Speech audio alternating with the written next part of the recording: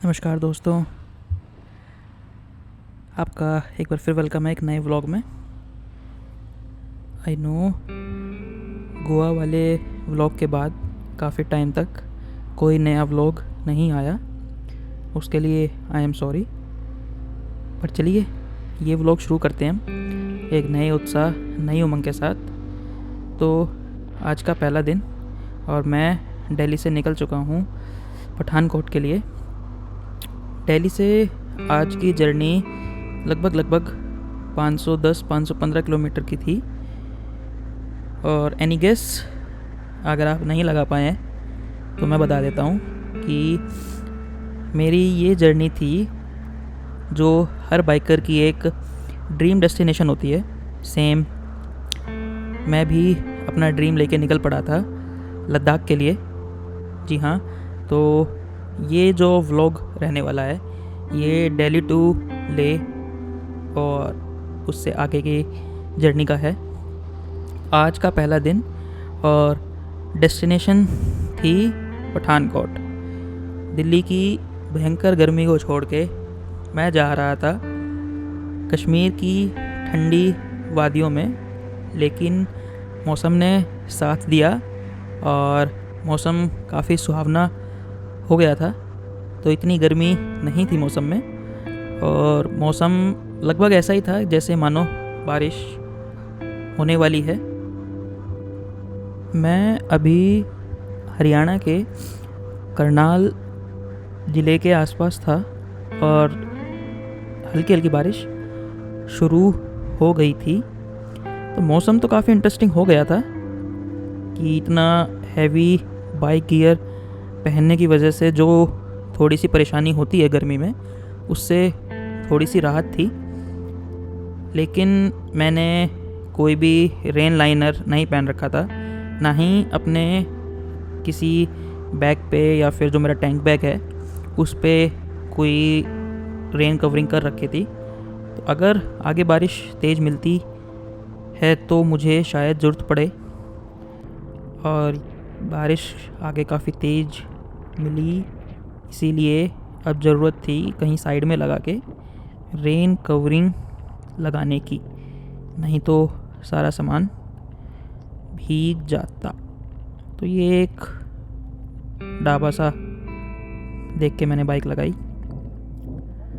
और रही बात लगेज की, तो मैं वो एक अलग से वीडियो बना के डाल दूँगा कि as a first timer solo ride में कर रहा था लद्दाख के लिए, तो मैंने क्या क्या चीज़ कैरी करी और क्या क्या नहीं करी। ये तो same tank bag tell bag है जो अगर आप देख पा रहे हो, जो मैंने गोवा वाली राइड में कैरी किया था।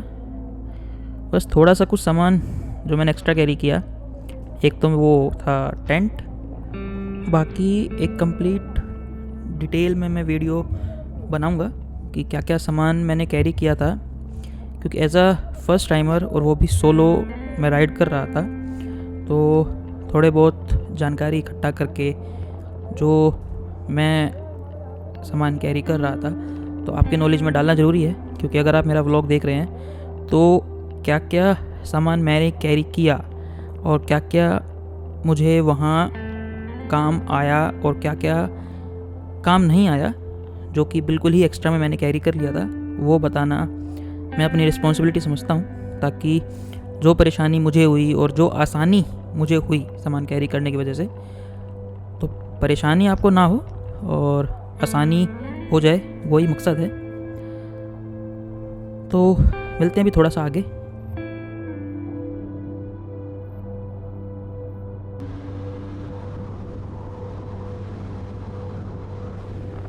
आज मौसम काफ़ी बेईमान है। अभी पीछे आपने देखा कितनी ज़ोरों की बारिश थी और अब बिल्कुल चटक धूप। फ़िलहाल मैं पंजाब में एंट्री ले चुका था और डेस्टिनेशन ज़्यादा दूर नहीं थी आज की। तो अभी मस्त सुहाने मौसम को एंजॉय करने के बाद एक कड़क धूप की गर्मी, एंजॉय तो नहीं कहेंगे पर कह सकते हैं, चलो उसी को एंजॉय कर रहे हैं। जो आपका पठानकोट एरिया है इसके बारे में आपको थोड़ा सा डिटेल में बताऊं तो ये एक काफ़ी इंटरेस्टिंग प्लेस है, क्योंकि पठानकोट एक आर्मी बेस कैंप भी है, क्योंकि पाकिस्तान से बॉर्डर लगती है। साथ ही साथ इसकी हिमाचल प्रदेश और जम्मू कश्मीर दोनों से ये अटैच्ड है। तो आप जब भी आगे कहीं जा रहे हैं तो ये एक कॉमन सा पॉइंट है कि आपको यहाँ तो आना ही आना है। मैं थोड़ा सा डिटेल में आगे बताने की कोशिश करूँगा कि यहाँ से कौन कौन से रूट निकलते हैं। अगर आप भी फर्स्ट टाइमर हैं और जैसे मैं परेशान हुआ कि नाम इतने सुन रखे हैं और ये नहीं पता किधर जाना है, किस तरफ से जाना है, तो थोड़ा सा मैं इसी व्लॉग में बताने की कोशिश करूँगा। इस रास्ते को थोड़ा सा ज्ञान की बातें करते हुए काटने की कोशिश करेंगे। लेकिन अभी मैं पहुंचने वाला था, मेरी आज की डेस्टिनेशन जो थी वो थी मेरे एक काफ़ी ख़ास, उन्हें आप जानकार कहिए, मेरे मित्र कहिए, आप उन्हें मेरे मेंटर भी कह सकते हैं। उनसे मुझे लाइफ में काफ़ी कुछ सीखने को मिला।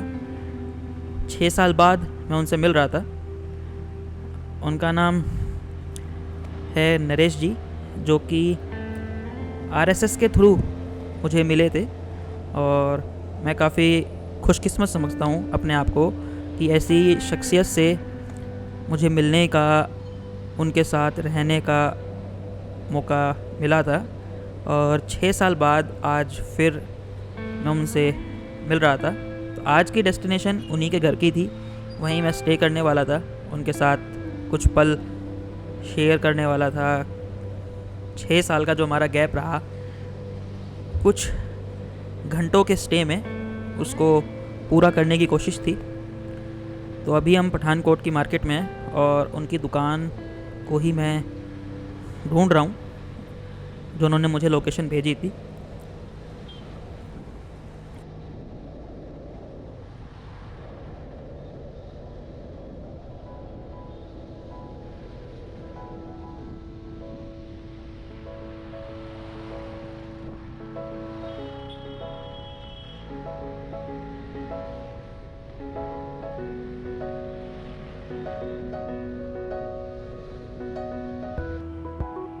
लोकेशन पर तो मैं पहुंच गया हूं, लेकिन हमारे नरेश जी नज़र नहीं आ रहे। अगर मैं गलत नहीं, मिल गए, वो रहे हमारे नरेश जी। तो चलिए दोस्तों, मैं मिलता हूं आपसे थोड़ी देर में।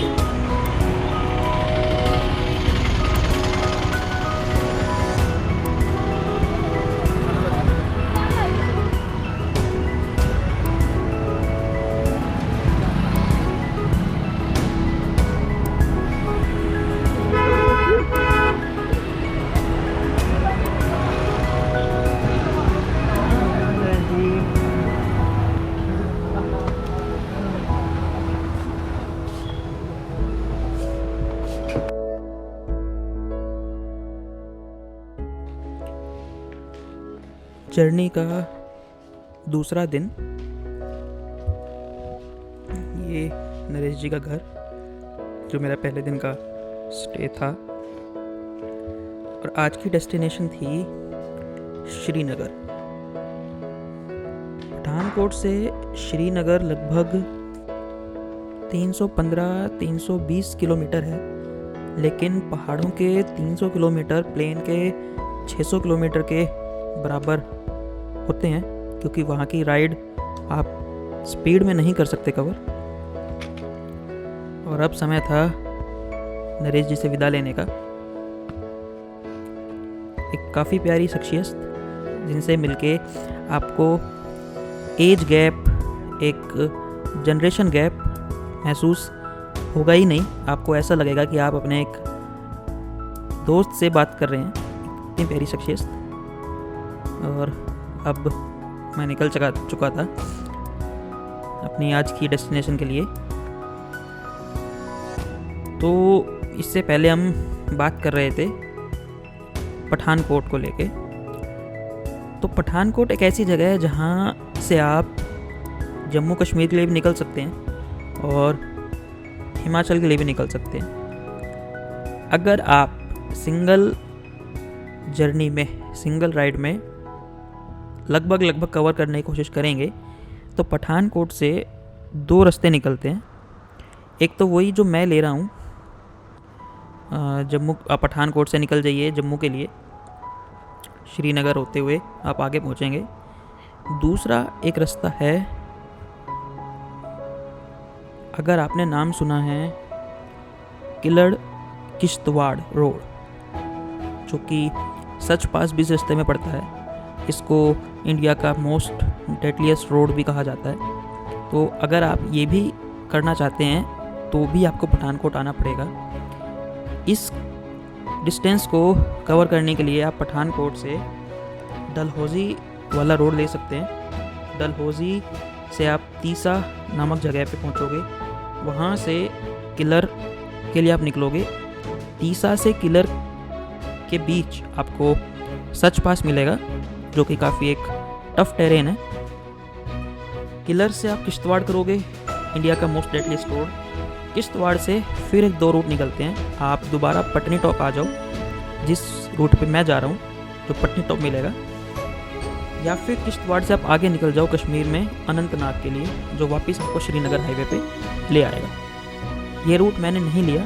जो रूट मैंने लिया वो है पठानकोट से आप जम्मू हाईवे पे निकलिए। मैंने जम्मू हाईवे भी नहीं पकड़ा, रास्ते में एक जगह आती है सांबा, एग्जैक्टली सांबा नाम की जगह है।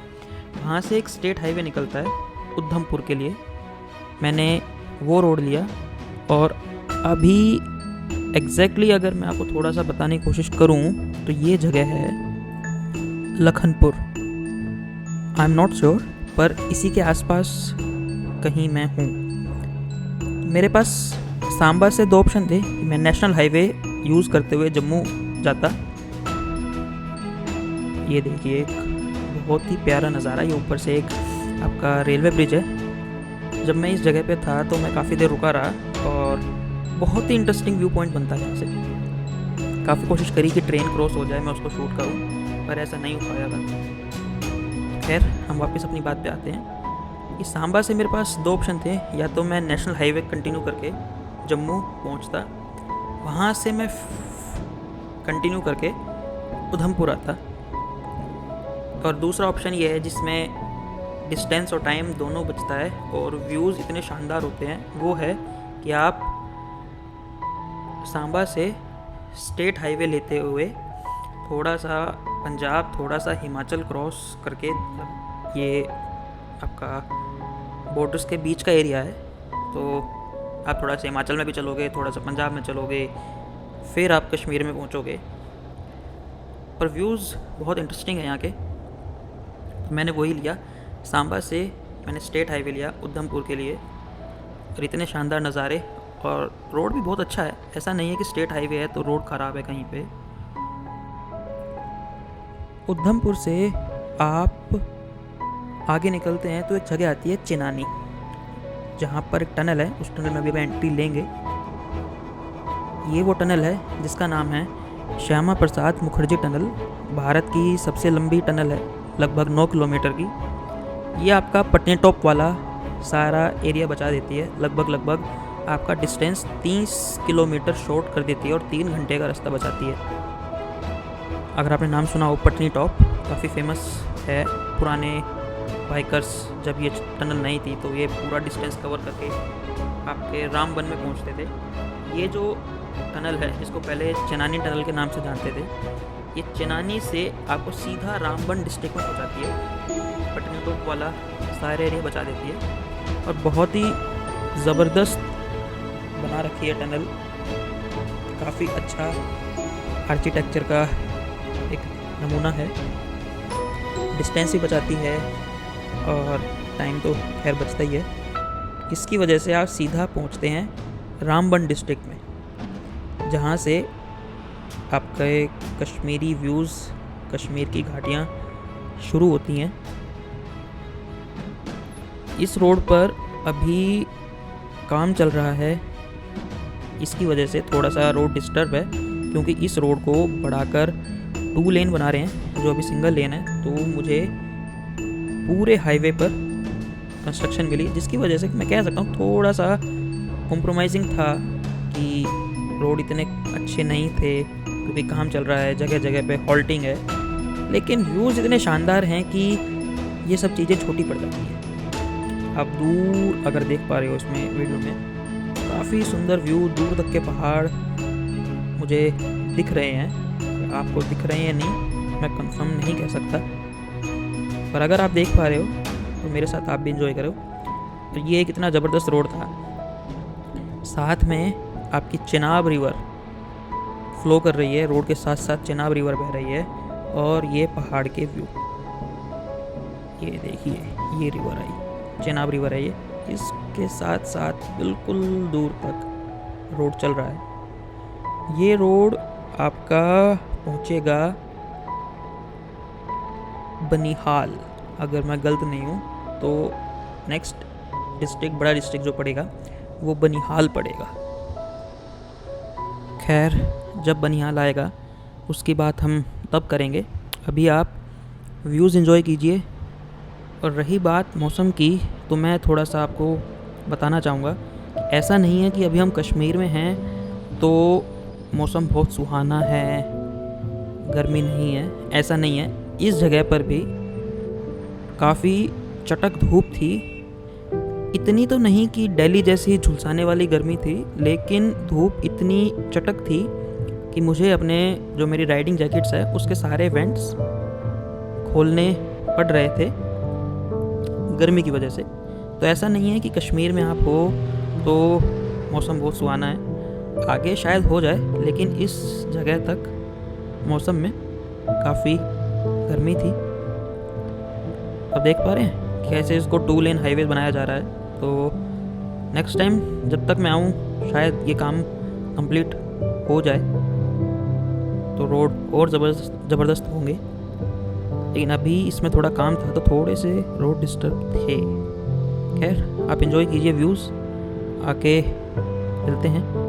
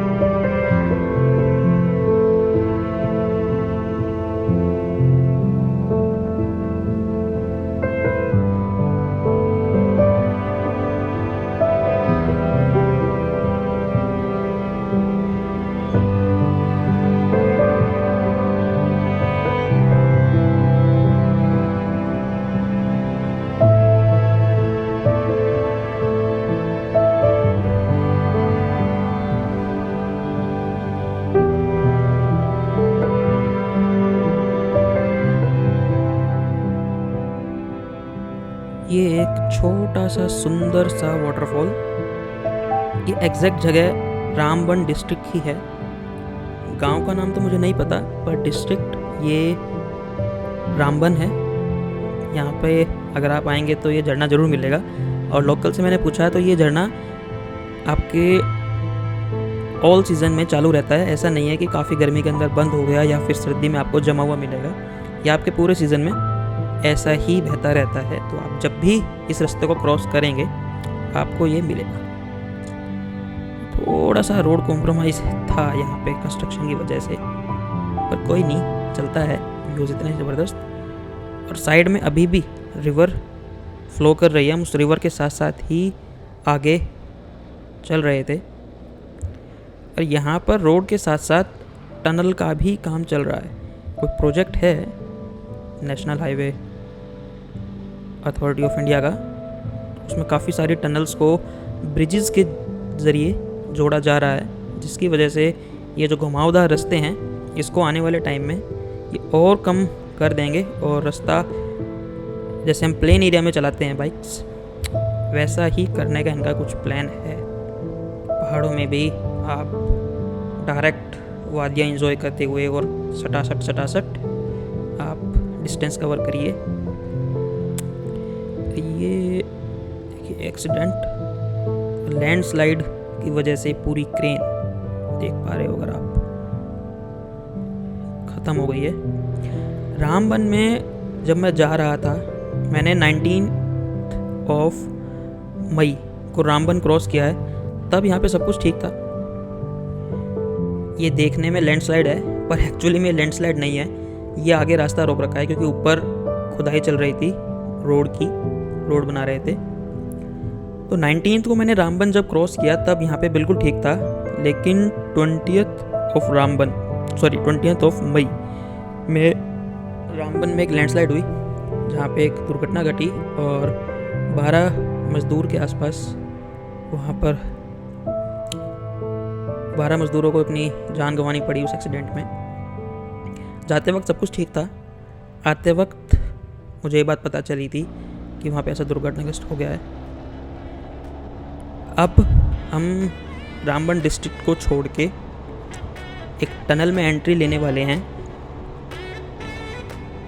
ये टनल एग्जैक्टली इसका कोई नाम नहीं है, इसको बनिहाल काजीगुंड टनल कहते हैं, क्योंकि ये बनिहाल डिस्ट्रिक्ट को काजीगुंड डिस्ट्रिक्ट से जोड़ती है। ये श्यामा प्रसाद मुखर्जी टनल जितनी लंबी तो नहीं है, लेकिन उससे छोटी भी नहीं है। वो 9 किलोमीटर के आसपास की थी और ये शायद 8.4 या 8.5 किलोमीटर्स के आसपास की टनल है। ये भी बहुत प्यारी टनल है। ये डायरेक्ट आपको बनिहाल डिस्ट्रिक्ट से काजीगुंड डिस्ट्रिक्ट में जोड़ती है। ये कितनी प्यारी बना रखी है टनल, और ये वन वे है। सबसे अच्छी बात, उसके बगल में जो टनल है वो आने का रास्ता है, ये जाने का रास्ता है। तो काफ़ी अच्छे से बना रखी है, ट्रैफिक का ध्यान रखते हुए। किसी तरह का एक्सीडेंट का ऑप्शन ही नहीं छोड़ा है।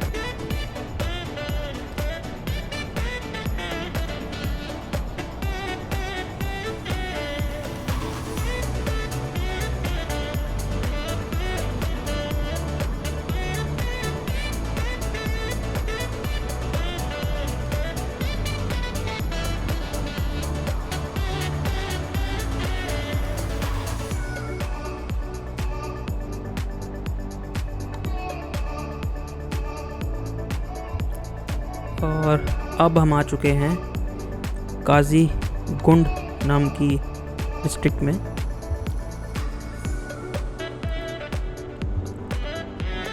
ये देखिए, आपको देख पा रहे हैं तो 6 लेन का ये हाईवे है, इतना सुंदर हाईवे।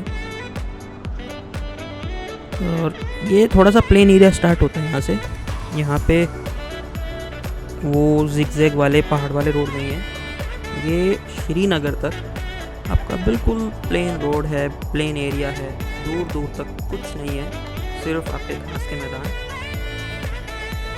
ये एक छोटा सा एक्सीडेंट, काफ़ी लोग हैं, हमारे रुकने का तो कोई मतलब पैदा नहीं होता।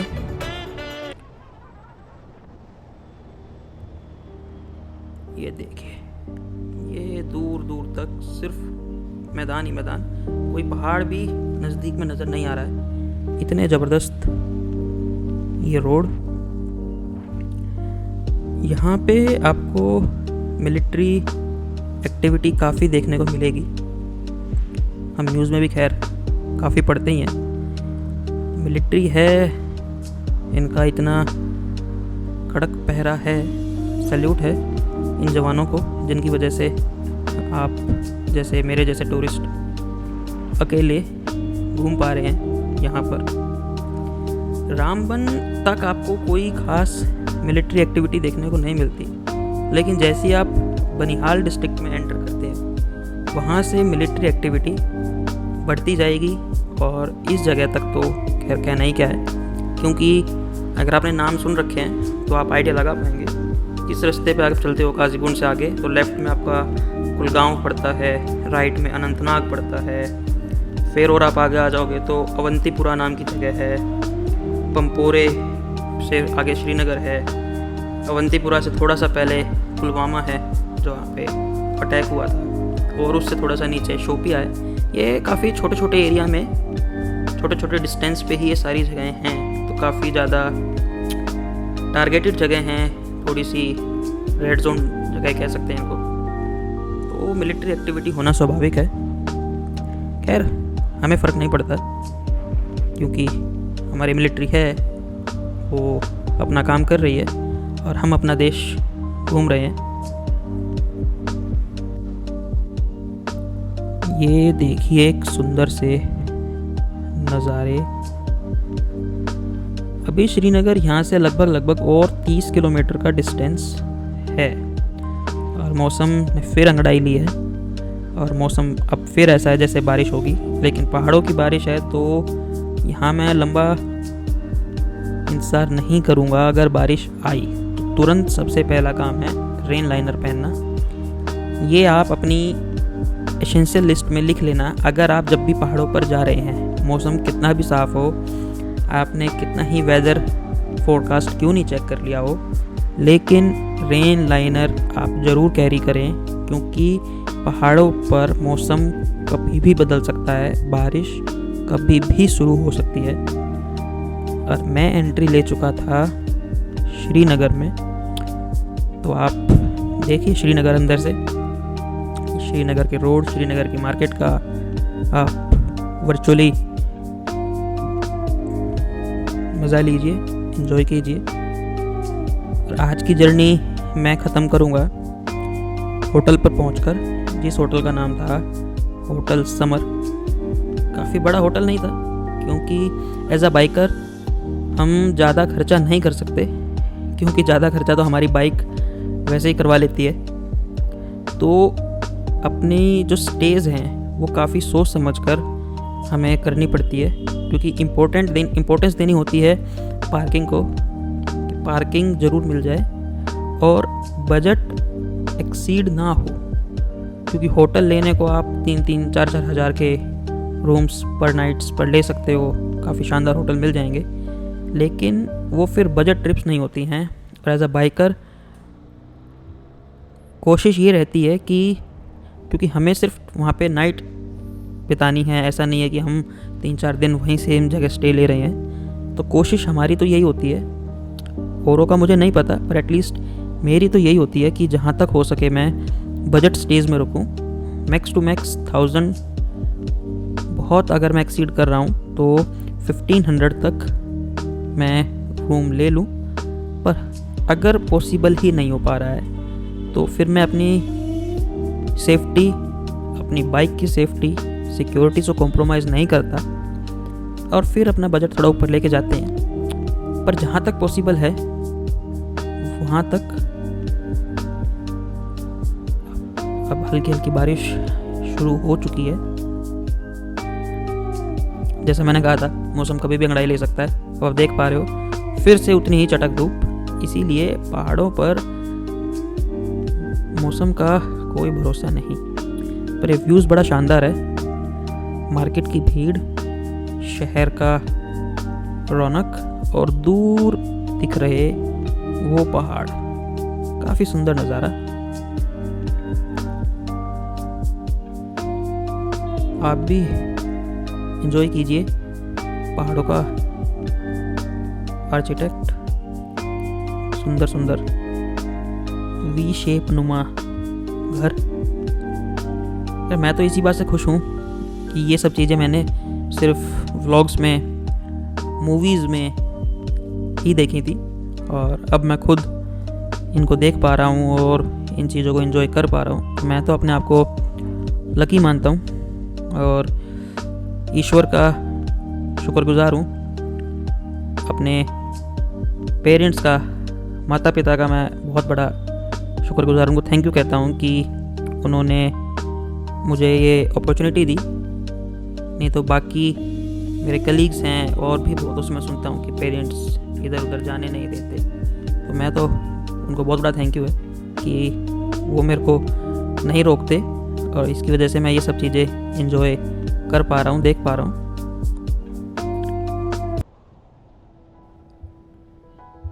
मेरी कल की जो जर्नी होने वाली है काफ़ी ज़्यादा मौसम पर डिपेंड है।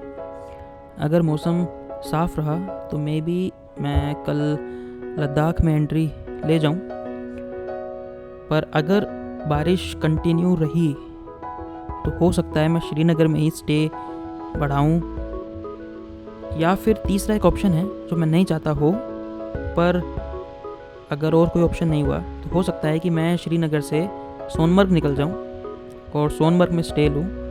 ये मैं इसलिए नहीं चाहता क्योंकि Srinagar to Sonamarg 3 to 4 hours की राइड है, इससे ज़्यादा की नहीं है। तो एक दिन ख़राब होगा और सोनमर्ग में कोई फ्यूल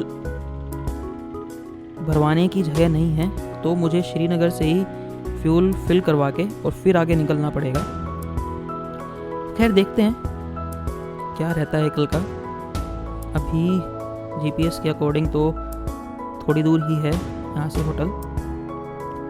खैर जैसा भी होगा देखेंगे, मौसम साफ़ रहता है या फिर बारिश आती है।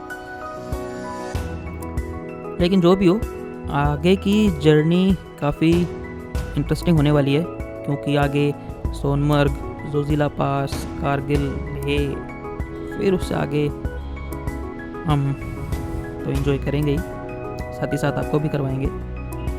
मैंने अपनी आइटनरी में ये मार्जिन लिया था कि अगर मौसम ख़राब होता है और मुझे 1 से 2 दिन स्टे इधर उधर करना पड़ता है तो मेरी आइटनरी डिस्टर्ब ना हो। जो मैंने इनलाइन पास ले रखे हैं लद्दाख रीजन के, वो मेरे डिस्टर्ब ना हो, इतना मैं मार्जिन लेके चला था। तो आप भी अगर प्लान करें तो थोड़ा सा इसी ढंग से मार्जिन लेके चलें कि मौसम आपके एंजॉय को, आपकी जर्नी को डिस्टर्ब ना करे। और मैं अपने होटल के आसपास ही हूँ यहाँ कहीं, क्योंकि लोकेशन के हिसाब से तो मैं पहुँच चुका हूँ। तो मैं अब होटल ढूंढता हूँ और आपसे मिलता हूँ अपने नेक्स्ट व्लॉग में। That would be the day 3। और आप तब तक इस कंप्लीट व्लॉग को एंजॉय कीजिए। इस बार एक नई चीज़ जो मैंने ऐड करी है वो आप ज़रूर देखिएगा, वो है नेक्स्ट वीडियो के ग्लिम्पसेस। जो मेरी आने वाले व्लॉग्स हैं उसमें क्या होने वाला है, उसके ग्लिम्प्स मैंने वीडियो के एंड में डाले हैं। तो एक नया एक्सपेरिमेंट है, वो आप ज़रूर देखना। और मैं पहुंच चुका हूं अपने होटल में, तो मैं मिलता हूं आपसे नेक्स्ट व्लॉग पे। तब तक के लिए गुड बाय।